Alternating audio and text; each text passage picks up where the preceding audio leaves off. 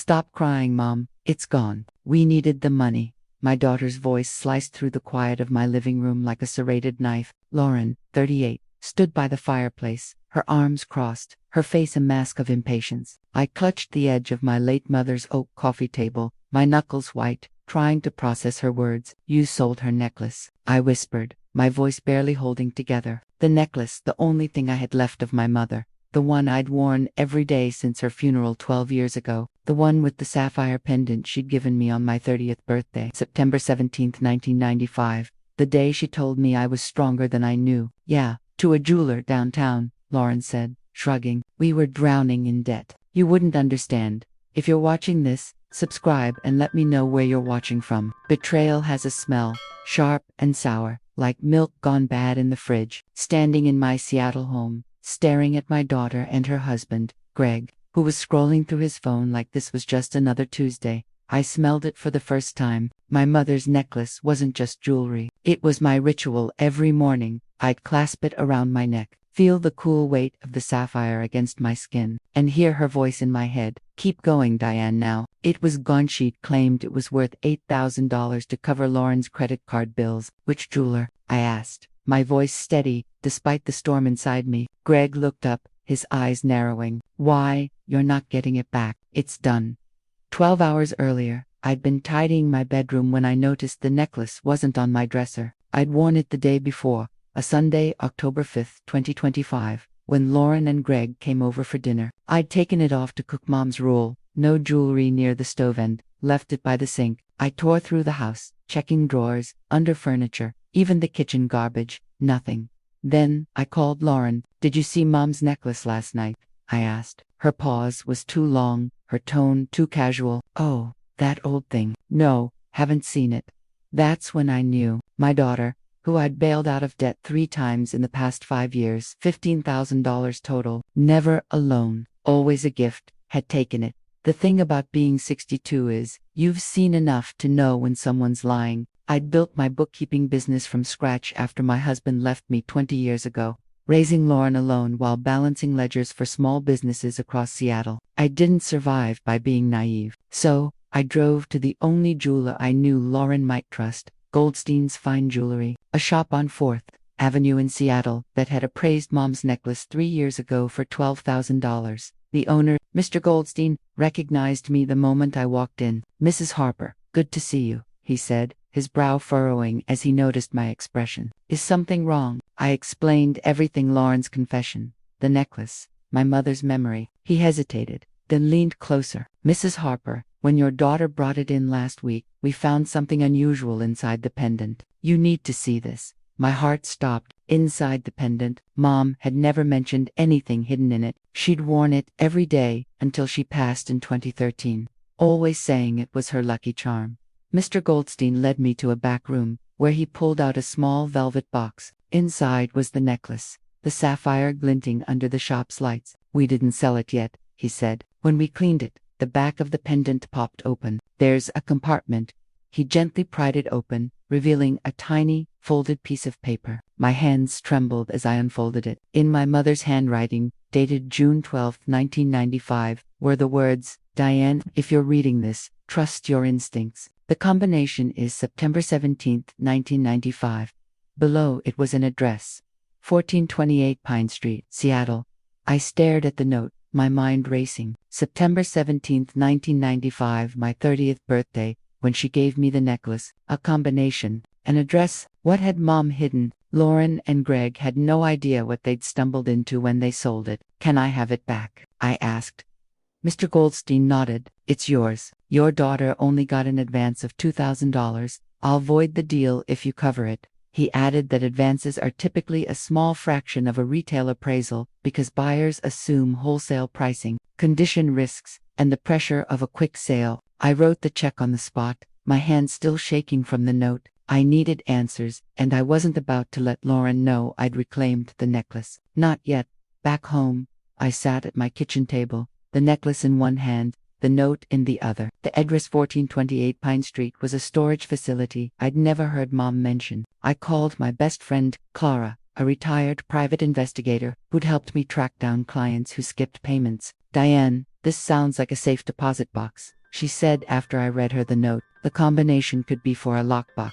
You need to check it out." I hesitated. Part of me wanted to confront Lauren first, demand why she'd stolen something so precious. But Clara was right. Mom's note was a clue, and I wasn't about to ignore it. The next morning, October 7th, 2025, I drove to the storage facility. The clerk confirmed they had a box registered to my mother, Elizabeth Monroe, unopened since 1995. Using the combination September 17, 1995, I opened it. Inside was a small metal case containing $50,000 in cash, a stack of legal documents, and a letter addressed to me. The letter was dated 3 months before Mom's death. "Diane, if you're reading this, I'm gone. The money is for you, to protect you. The documents prove your uncle stole from my estate. Don't trust anyone, not even family." My uncle, Mom's brother, had died in 2010, but I remembered their fights over her inheritance from my grandparents. Was this why Lauren took the necklace? Did she know about the box? My stomach churned as I realized she might have been digging for more than just the necklace's value. I tucked the case into my bag and drove home, my mind spinning with questions. What else had Lauren been planning? Lauren called that afternoon, her voice dripping with fake concern. "Mom, you okay? You've been quiet since yesterday." I could hear Greg in the background, muttering something about a car payment. "I'm fine," I said, keeping my tone neutral, "just thinking about Mom's necklace." "You sure you don't know anything else about it?" Another pause. "Nope. Like I said, it's gone." Her lie was so smooth I almost admired it.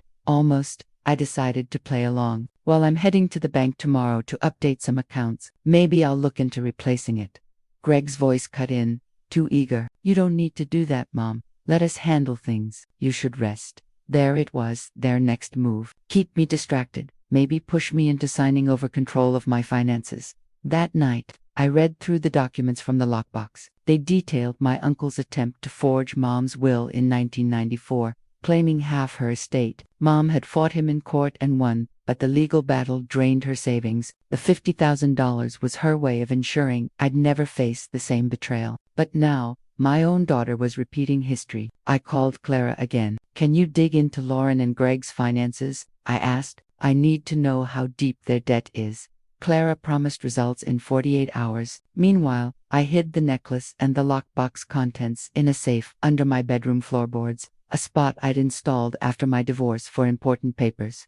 2 days later, Clara called with a bombshell. "Lauren and Greg are $120,000 in debt, credit cards, a second mortgage, and a loan from some shady lender. They've been making inquiries about your business accounts. Diane, I found emails to a lawyer about guardianship options for you." Guardianship. At 62, I was healthier than most 40-year-olds, running my bookkeeping business with 15 clients and no plans to retire. Were they planning to declare me incompetent? My blood ran cold. Lauren had been at my house the day the necklace went missing, and I remembered her asking about my will just in case. The pieces were falling into place, and they weren't pretty. I invited Lauren and Greg over for coffee the next morning, October 10th, 2025. They arrived with fake smiles, Greg carrying a folder of financial planning documents. "Mom, we've been thinking," Lauren said, her voice syrupy. "You're managing so much with the business. Maybe it's time to simplify things. Let us take over some accounts."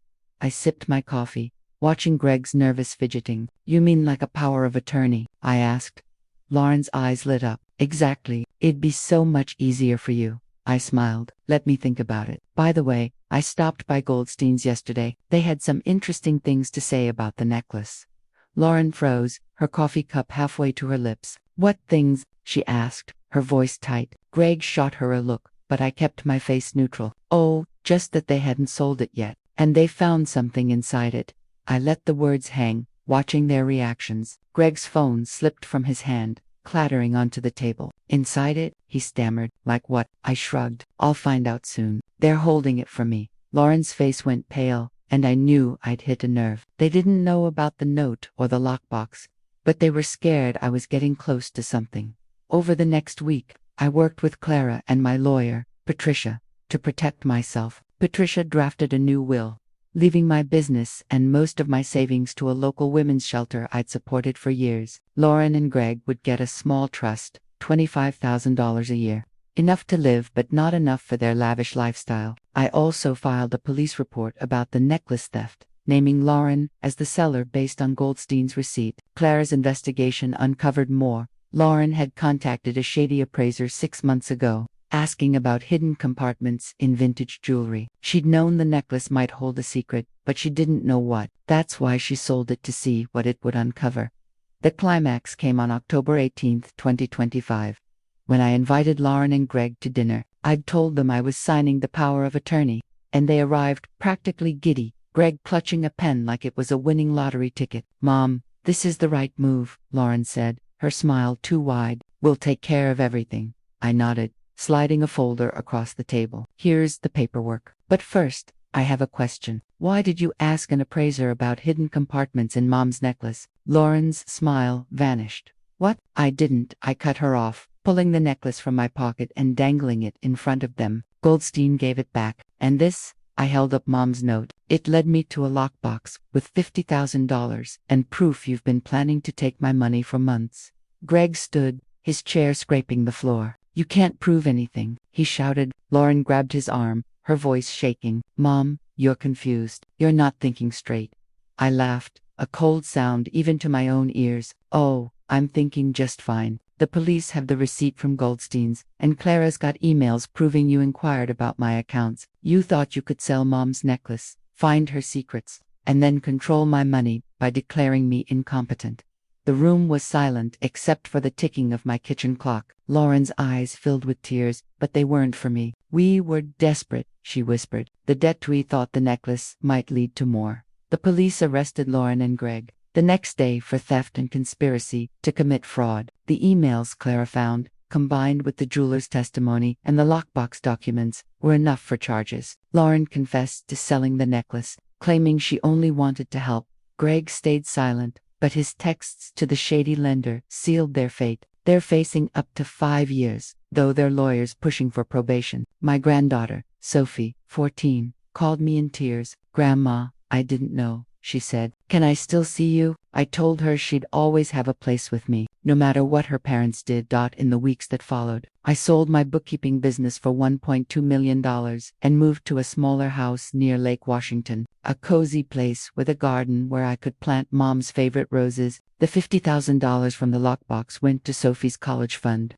and I set up a scholarship in Mom's name for single mothers studying accounting. Patricia made sure my new will was ironclad, protecting my assets from any future schemes. I wear Mom's necklace every day now, its sapphire catching the light as I tend my garden. Betrayal taught me I'm stronger than I thought. I outsmarted my own daughter, and I'll keep living well, for Mom, and for me. Trust your instincts, Diane. They're always right. If you've lived something like this, share your story below and don't forget to subscribe.